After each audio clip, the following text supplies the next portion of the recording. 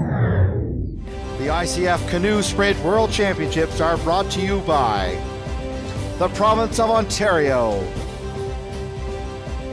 the Government of Canada, and Tourism Niagara. And up next is race number 46, semifinal number 1 of the under-23 women's K4 500 meters. And in lane 2 is Japan, lane 4 Australia, lane 5 Denmark, and our Canadian crew is in lane 6. Lisa Bissonnette from Sherbrooke, Quebec, Alexa Irvin from Kentville, Nova Scotia, Andréane Langlois de Trois-Rivières, and Sarah Vega-Dubois from Montreal.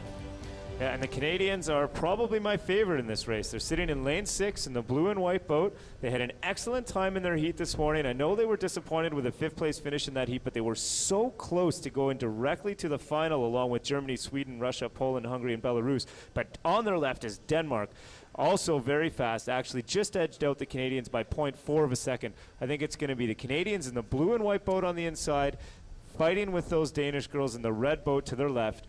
That's going to be the race to watch. And what the Canadians want to do here is set their own pace, build some confidence, watch for the engine room to come from positions 3 and 4. Those are the big girls in our boat. The top 2 girls, the 1st and 2nd spots, are going to set a fast pace. They want to advance quick off the line and get themselves into the finals with some confidence.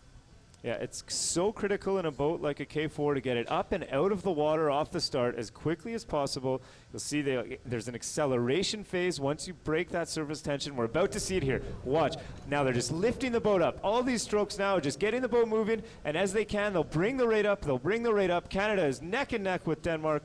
Denmark maybe a foot ahead of them, but Australia is there too. Look at Denmark in the red boat in the middle. They've got first. Canada right now is tied with the Australian boats in the yellow. In the middle of your screen, and Japan is fading back. It looks like Canada right now is sitting in 2nd or 3rd.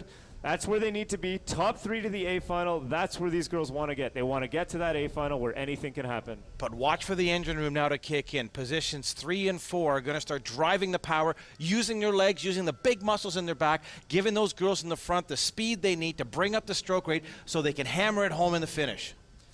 Now looking at the Danish paddlers right now, they are in first. They look comfortable. They look as relaxed as you can expect in a 500-meter race. It is not easy. But they're on their way. They're coming into the 200-meter mark in about 10 meters, and it's Denmark and Canada at the 200-meter mark. Denmark by half a boat over Canada, followed by Australia. Japan fading back into 4th. It looks like Canada's going to be fine going to the A final. That's what they want. That's what they need to do. Get into that A final. But look at the move Canada's putting now on the Danish boat beside them. You can see they are about cockpit number 3 in the last frame, but here they come into the finals with about the final 100 meters, and you can see the Danish crew really trying to pick up the pace, but the Canadians are giving them a late charge. They're trying to send a message that they're going to be there in the finals. Definitely. The Danish crew still is ahead with about 50 meters left. It looks like Denmark is comfortably going to win this, but Canada and Australia fighting for 2nd spot. Canada's just picked it up again. It looks like Canada might just edge out Australia for the 2nd spot in this. That means a decent lane in the final. That's where they want to be. Denmark first, Canada 2nd, Australia 3rd. Very close between Australia and Canada. Japan, a hard-fought 4th, but Japan, they'll be satisfied with that. And looking at the results, Denmark in 1, a 1:44. That's indicative of the headwind. It's not a fast time, but that's what it's all about. Canada, 1:45.8, about a 1.5 seconds back from the Danish crew. It's a good spot to be.